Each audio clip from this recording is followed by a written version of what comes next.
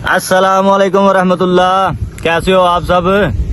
अल्लाह खैर सुख रखे। असी पिंडू मुंडे हाँ ते जल्दी अल्लाह खैर सुख रखे। असी 2-4 बंदे रल मिल के ना कोई वीडियो बनाया करांगे, तुहाडे लई कोई एडवेंचर असी करिया करांगे ते तुहाडे सारियां दी सानू सपोर्ट दी लोड़ आ ते इंशाअल्लाह बहुता नहीं कोई हर रोजाना असी एक अद्धी वीडियो बनाया करनी है। माड़े बंदे हैं भाजी, पहली बारी यूट्यूब ते चढ़ना, जे चढ़ लैण दोगे तां ते तुसीं सानू सपोर्ट करके साडा जिहड़ा लाइक फॉलो करना, सानू शेयर करना अगे ते इंशाअल्लाह अज ते पहली वीडियो सिर्फ तारफ वास्ते या इस दसन वास्ते ही मैं बनाई है कि असी इंशाअल्लाह 2-4 जने रल के ना ते कोई गपशप लाया करांगे, आम माहौल दे विच बह के पेंडू गल्लां करिया करांगे जो अजकल चलदियां पिंड दे माहौल ते गल चलेगी।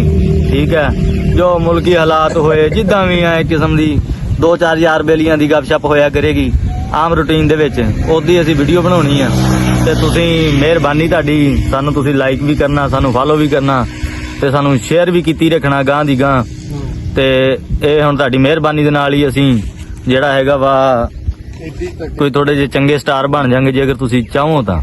ਤੇ ਬਾਕੀ ਅੱਗੇ ਤੁਹਾਡੀ ਮਰਜ਼ੀ ਆ, ਸਾਡੀਆਂ ਵੀਡੀਓ ਦੇਖਿਆ ਕਰਿਓ, ਜੇ ਅਗਰ ਤੁਹਾਨੂੰ ਚੰਗੀਆਂ ਲੱਗੀਆਂ ਤੇ ਤੁਸੀਂ ਸਾਡੇ ਨਾਲ ਜਿਹੜਾ ਹੈਗਾ ਵਾ ਸ਼ੇਅਰ ਵੀ ਆਪਣੇ ਵੀ ਗੱਲਬਾਤ ਕਰ ਸਕਦੇ ਹੋ। ਅਸੀਂ ਤੁਹਾਨੂੰ WhatsApp ਨੰਬਰ ਦੇਵਾਂਗੇ ਤੇ ਜਿਨ੍ਹਾਂ ਨੇ ਕਮੈਂਟ ਕੀਤਾ ਉਹਨਾਂ ਦੇ ਕਮੈਂਟਾਂ ਦਾ ਜਵਾਬ ਵੀ ਦੇਵਾਂਗੇ।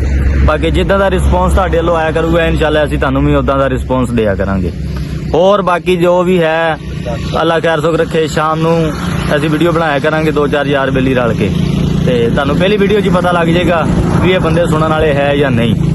जे अगर तुहानू कोई मज़ा आऊगा, तुहानू कोई यानी कि साडे दे विच इंटरस्टिंग होई, इंटरस्ट होया तुहानू साडे च ते तुसीं जिहड़ा हैगा ना साडे नाल गलबात कीती रखिया करो।